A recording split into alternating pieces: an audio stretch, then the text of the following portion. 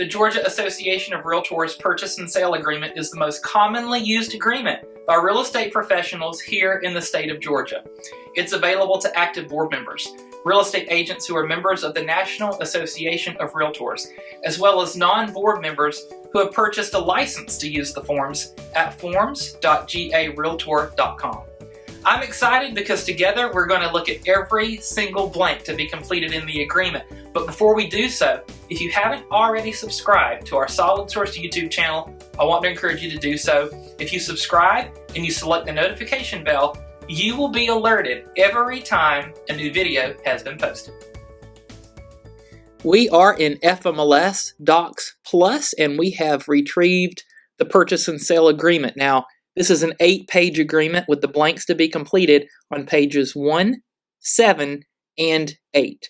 The remainder of the contract is base language that correlates with the paragraphs and the blanks that we complete, and it's been built into the contract to protect the parties, to protect the brokers and the agents involved, and also to address any issues that may arise from contract to close. Now, we complete this agreement through customization. We're going to complete these blanks. We're also going to attach any exhibits that may be applicable. For example, financing exhibits, the most common exhibits to the contract. And we can also customize it through adding special stipulations if we need to. So let's begin with our offer date.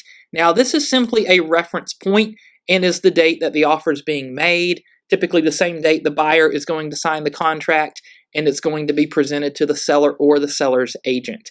In our example today, it's going to be January the 10th, 2021. Love the calendar feature that has been built into the smart forms. Helps us to avoid picking a closing date that's on a weekend or a holiday. It alerts us, so absolutely loving that calendar feature. We're going to begin with A, key terms and conditions. Paragraph 1 talks about the buyer and seller are agreeing to buy and sell the property described herein, including the fixtures, improvements, and landscaping on the terms and conditions set forth within this agreement. We want to keep everything in writing, everything within the 4 corners of the contract. That's how we refer to it here in real estate. Don't want to rely on anything verbal. Any fixtures that we think may remain with the property, make sure it's included on that fixtures checklist on the seller's disclosure. Keep in mind, one of the changes for 2021 that GAR made was they have a condensed seller's disclosure form. Sellers who maybe are investors and prefer not to complete a lengthy disclosure form have the opportunity now to complete a condensed version of this form, which includes a fixtures checklist. Now, in our example today, the property is not FMLS. If it was an FMLS property, we could simply add the FMLS number and it would retrieve a lot of information that we need. In this example, we're going to say it's a for sale by owner, so we're going to manually enter these fields.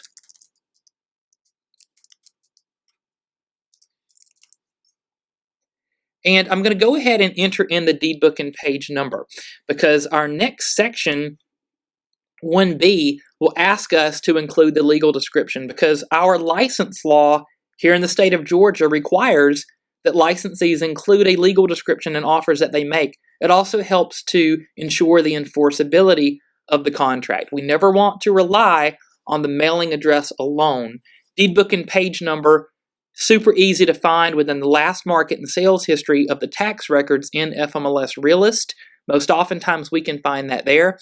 Of course, if we had a copy of the most recent deed to the property, we could attach that as an exhibit because it would include a meets and bounds legal description. That's the legal description that we use here in the state of Georgia.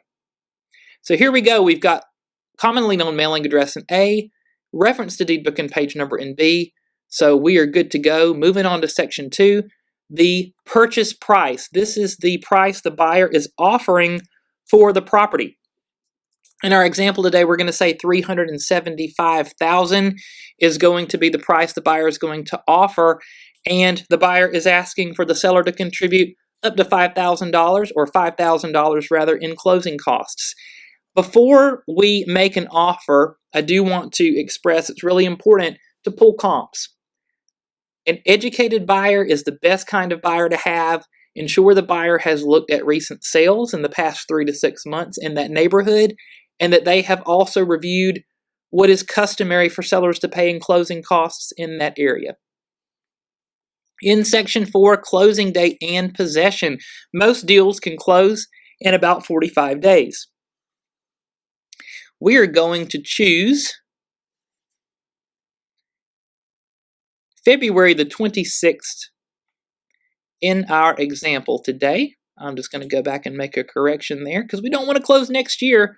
We definitely want to close this year, and we're going to say the 24th. Now, when it comes to selecting a closing date, if there's a lender involved, confirm with the lender how much time do you need to close this deal. Again, most deals can close in 45 days.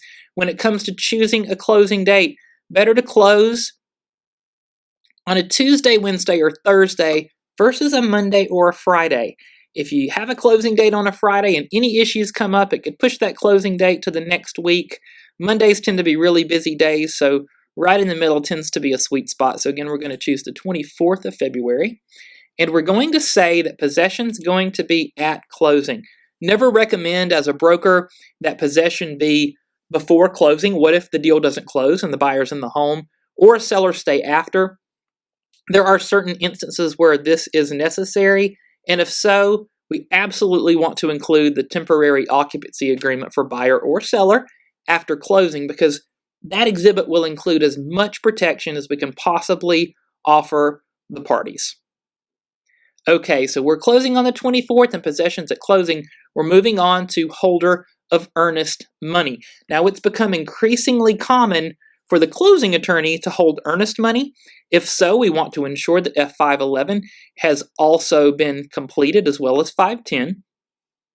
Solid Source Realty can hold earnest money. Just keep in mind that Solid Source Realty holds earnest money funds for both Realty and Realty Georgia agents. So if you're watching this video and you're a licensee with Solid Source Realty Georgia and you would prefer for Solid Source to hold the funds, name Solid Source Realty, never Solid Source Realty Georgia, as the holder. So in our example today, we are going to name Solid Source Realty as the holder, and we're going to name Weissman PC as the closing attorney. Form of earnest money. One of the changes this year to the forms was they added ACH. The GAR Forms Committee heard us on this. Solid Source offers buyers the ability to remit earnest money funds online by ACH transfer by visiting solidsourcem.com. It's not a wire, but it is an ACH. And ACH stands for Automated Clearinghouse, and it's most similar to an electronic check. Weissman, when Weissman has been named as the earnest money holder, has the ability for buyers to remit funds online by ACH as well. So it is becoming increasingly common. And in Section 7, we also have the opportunity to reference when the earnest money funds are going to be due. We've got 3 options. Never recommend A as of the offer date. Buyers become very frustrated when they remit funds. If the offer is not accepted, they may be in a situation where they're having to wait on a return of their money. Section B, within a certain number of days from the binding agreement date, is by far the most common and what I would recommend for sure. So we're going to say in this example today that it's $5,000 in earnest money, and that the earnest money will be due within 3 days from the binding agreement date. Moving on to Section 8, inspection and due diligence. This section is so important because Georgia is a buyer beware state. Sellers only have to disclose latent or hidden defects with a property. So a lot of responsibility has been placed on buyers to do their homework, to do their due diligence. And during this time, a buyer can terminate for any reason. So even if a seller is advertising a property to be sold as is, we still want educated buyers. We still want to encourage that buyer to do their homework, to do their due diligence. So I'm going to include a 10-day due diligence period in our offer today. This is 100% negotiable. If we are selecting a short due diligence period, having a buyer that has already selected a home inspector who is ready to go as soon as a contract has been formed is super important.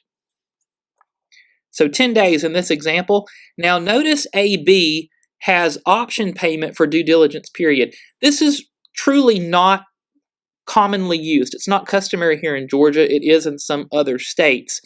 If a buyer is asking for an unusually long due diligence period, maybe 20 days, 30 days, for whatever reason, at that point, option money may make sense because the buyer would be compensating the seller for that additional time. Or maybe it's a multiple offer situation and we're looking to strengthen our offer. Option money is not refundable to the buyer. Only if the seller were to default on the agreement would the earnest money, or the option money rather, be due back to the buyer. So just keep that in mind. If we are exercising option money, it is not refundable to the buyer unless the seller were to default. And again, if option money is being exercised, would recommend that it be remitted within a number of days from the binding agreement date, not of the offer date, and very different from earnest money in the standpoint that it's paid from the buyer to the seller. If we're using option money, would absolutely state that it should apply toward the purchase price of the property if the lender approves. Let's talk about Section 9, and that is lead-based paint. If the property or any portion of the property were built before 1978, it's imperative that a lead-based paint exhibit be attached to the offer and that it be completed as of the offer date, meaning the seller has completed their portion and the buyer has completed theirs. It's required by the EPA.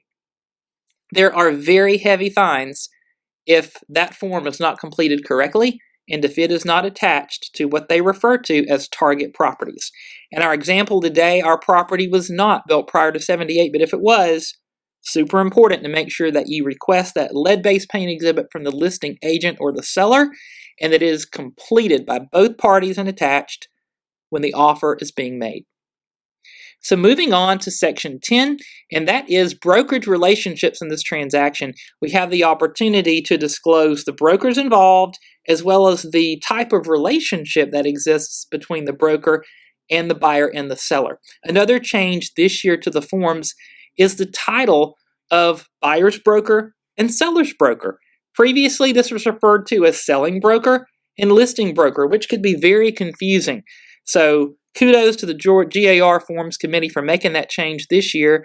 We are now referencing it as buyer's broker and seller's broker, and they've gone ahead and made that change throughout all of the forms to keep everything consistent. Now, for today's purposes, we have established a buyer brokerage agreement with the buyer. So that enables us to select A1, which states that we represent the buyer as a client. Remember, we represent clients, we work with customers. If we did not have an exclusive buyer brokerage agreement with the buyer, we would select 2 because the buyer would merely be a customer. Checking this box in the offer does not create the client relationship. The client relationship should be discussed with and established no later than the offer date so that our offer is correct. And if you're struggling or just need a little help with explaining brokerage relationships, GAR has a very helpful form, and it's called the ABCs of Agency. It's a wonderful form, great form to give to prospects. Now, for our for sale by owner scenario today, the buyer, or the seller rather, is going to be a customer. So we're representing the buyer as a client, we're working with the seller as a customer. We do not offer dual agency, so we would never select Section 3 here. And designated agency. What is designated agency? Designated agency is when the same real estate company, such as Solid Source Realty Georgia and Realty Georgia, are on both sides of the deal, and there's 2 unique agents, and each agent has established a client relationship with the party they're working with. For example, Solid Source Realty Georgia agent has a listing agreement with the seller, and Realty Georgia agent, another separate agent, has a buyer brokerage with the buyer. That would be designated. But let's mix that up a little bit and say that the buyer's broker is Realty Georgia and the seller is Realty. That wouldn't be designated agency because those are legally 2 separate firms. Section C, material relationship disclosure. A great place to disclose agent as principal, or if there is a relationship with the parties outside of this real estate transaction that could impact the transaction. And certainly, if there's a relationship between the listing broker's affiliated licensee and the other party that we don't represent, it would be required that that be disclosed as well. The most common types of disclosures that we see are agent as principal. We would go ahead and disclose that. Perhaps the buyer is a real estate agent and also a member of the LLC that is buying or selling the property. That would be another common example. Or a familial relationship. Perhaps the real estate agent is the spouse or the parent of the buyer. That could be disclosed in Section 10C as well. And finally, on the first page, time limit of the offer. Not required, but a reasonable time limit, for example, 2 to 3 days by 5 p.m., is pretty customary. I would just keep in mind when the offer is being made. If we're making the offer on a Friday and maybe we have a holiday weekend, maybe a little extra time, but a reasonable time frame, 2 to 3 days, is standard and recommended. We are moving along on page 7. Now on page 7, we have 2 very important sections that I want us to pay attention to, and that is exhibits and addenda, as well as special stipulations. So any exhibit to the contract that we are exercising, we want to make sure that it is attached and it is labeled. And the most commonly used exhibit is going to be a financing exhibit. Conventional, FHA, VA, even cash. These exhibits are available, and one of the great things about GAR's financing exhibits, including their cash exhibit, is that they include the appraisal contingencies. They're all going to be on the second page of these financing exhibits. Now, if it's FHA or VA, it's going to be called a mandatory clause, whereas the cash exhibit and the conventional exhibit, it's simply going to be called appraisal contingency. So let's say we have a conventional loan contingency. We reference our exhibits alphabetically, A, B, C, D, and so on. So perhaps our conventional loan exhibit is going to be Exhibit A, and the seller has completed a property disclosure statement. We could go ahead and reference that as B.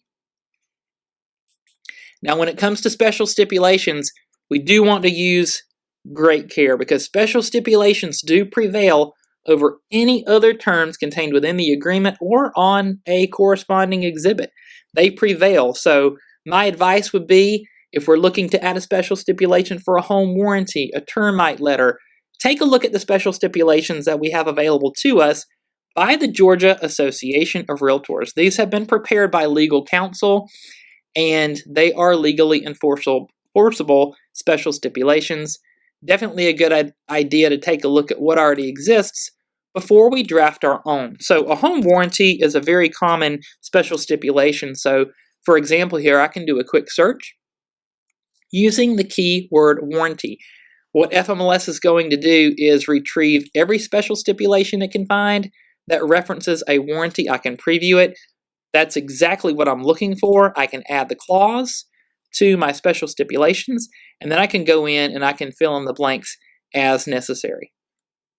Moving on to page 8.